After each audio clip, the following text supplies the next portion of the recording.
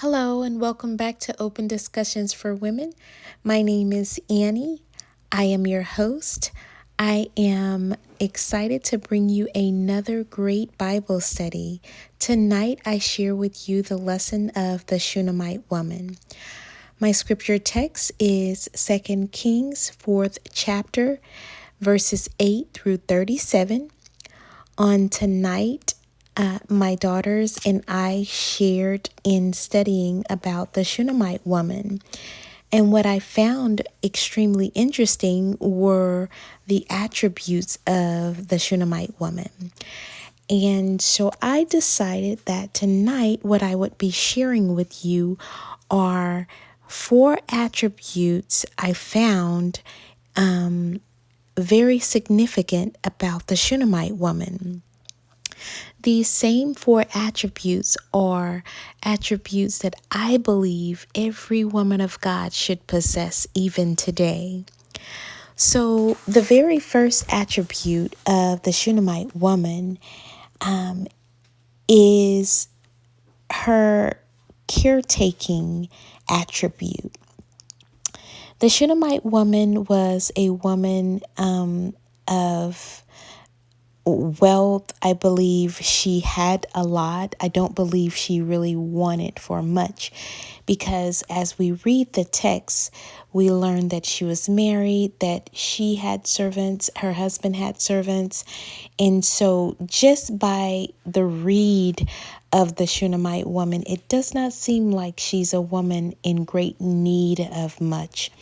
However, the Shunammite woman did have a secret heart desire that she had not shared with anyone, because she had made up in her mind that she had so much, her life was okay. So that is another one of her attributes, in which I call contentment. She was extremely content with, her life the way it was. So far, we know that she was a caretaker. She was content. She was very hospitable. So she was known for her hospitality in this text. She was known for providing food to the man of God, which was the prophet Elisha and his male servant Gehazi, as they traveled to and fro, doing the work of the Lord. They would stop and take bread at her home. Well, as she observed these young men, she went to her husband and said, I really believe these men are men of God. And she then asked her husband to permit her to have an addition added to their home to accommodate Elisha and Gehazi as they travel back and forth.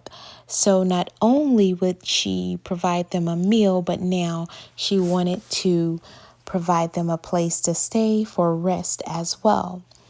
So we notice that she had to have had discernment to go to her husband and, express that she felt that these young men were men of God. So she had discernment, she had hospitality, she was content.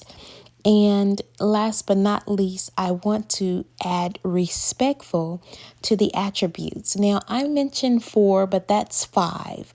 So tonight we'll wrap it up with the 5 attributes of the Shunammite woman, being her ability to be a caretaker, hospitality, contentment, discernment of character, and respectful.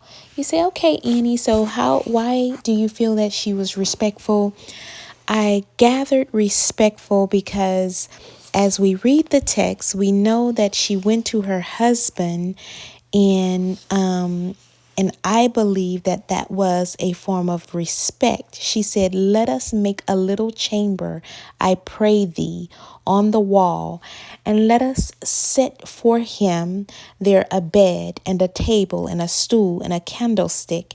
And it shall be when he cometh to us that he shall turn in thither." So she was speaking to her husband and she said, "I pray thee." That's a way in which I believe that she was seeking her husband's permission. She was asking him, "I pray that you agree that we make a chamber for Elisha and his male servant, for these are men of God. And so as they travel to and fro, they'll have a place to stay." So I believe that these attributes the Shunammite woman possessed are so great. She didn't disrespect her husband and go on and make a chamber in her home for these men without his permission. She went to her husband and she sought after his permission first. And she just seemed to be a woman so unique and a woman that is really and truly after doing what she can to be a blessing to the men of God. And I would encourage you to read 2 King, the 4th chapter, verses 8 through 37. As you read this text, you will come to know that not only was this woman so dynamic in character, but she was not expecting anything. So she really genuinely had a heart to be a blessing to the men of God. So now I want to bring this study full circle. So the purpose of these sessions are to relate what we talk about to what's taking place in today's time.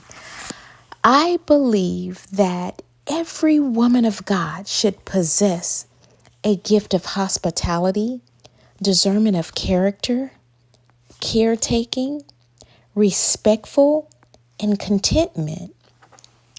How many of you know that today, in today's time, there are so many people struggling with the sin called covet?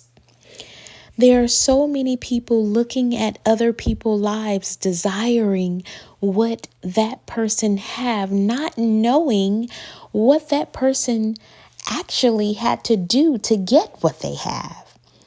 I call this covet because they are coveting another person's life. The Shunammite woman did not seem to be this way. She seemed to be very content. Even after her husband agreed to make the chamber for Elisha and Gehazi, Elisha asked the Shunammite woman, "What can I do for you? You've been such a blessing. You've provided us food. You've provided us a place to rest. What can I do for you?" And she basically replied that, she hang with among her own people. In her terms, in the Shunam terms, that meant more so like she was saying to him, "I'm content. I'm content with what I have."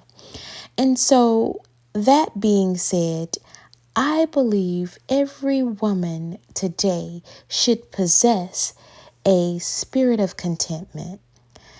I know in today's society, we are all about being successful and getting more and having more, but there comes a time in our lives where we need to learn to be content with what we have.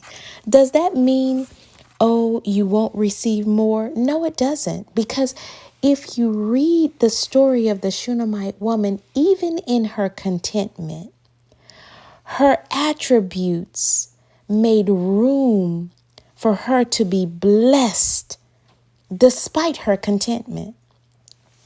So what I'm saying is, do not frown upon contentment. Do not do not covet your neighbor's life for one.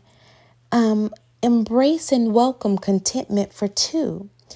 You don't know what that contentment may do for you, what doors it may open for you.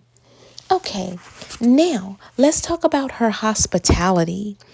Hospitality is so key. Now, I hope you have your coffee or your tea. I hope you're really sipping right now, because this is, definitely the area that I feel women of today, we need to have that spirit of hospitality. We need to have that spirit that is welcoming, that is inviting.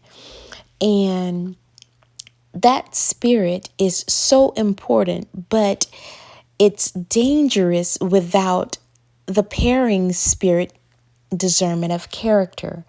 Because see, you can be hospitable and you can be inviting, but if you don't have the spirit of discernment, then I must say, then you have to question, what are you inviting in your home? What are you inviting in your space? What are you welcoming in your comfort zone? So it's so important to have that discernment of character as well. The Shunammite woman discerned these men. She fed them bread. She was very hospitable to them, but her most important I see in scripture text is that she went to her husband and she said that she believed these are men of God. That lets me know that she has taken the time to discern and observe their character as they stopped to take bread. She was a caretaker, which is a given. She offered them food, as well as even pursued her husband to provide a chamber to accommodate them for rest. So then, last but not least, respect. Every woman today, we need to walk in a spirit of respect toward those around us. We have so much going on right now, and it is so easy to fall over into lines of disrespect. We have, a pandemic, raging war against us, against the nation right now. Along with the pandemic, we have issues where racial tension has made its way to the forefront. So it's so important that we walk in respect one toward another, just to maintain peace. I know there are some areas that seem to be more hostile than others in our society today, but we need to just take the initiative to walk in respect one toward another. Well, that's all I have for you tonight in regards to this lesson. I hope you've enjoyed the study of the Shunammite woman. Tonight, I discussed the attributes of the Shunammite woman. In our next study, we will get into more attributes of the Shunammite woman, and we will proceed on in the story of what took place as she walked in her attributes as a woman of God, and as she was a blessing to the men of God. So I hope you will stay tuned and log back in for the next video, where I will share more about attributes that women of today should possess, that definitely the Shunammite woman possessed and walked in amongst Elisha, his male servant, and definitely her husband. So I hope this lesson has been a blessing. Until the very next time I speak to you, I hope the Lord will continue to bless you real good.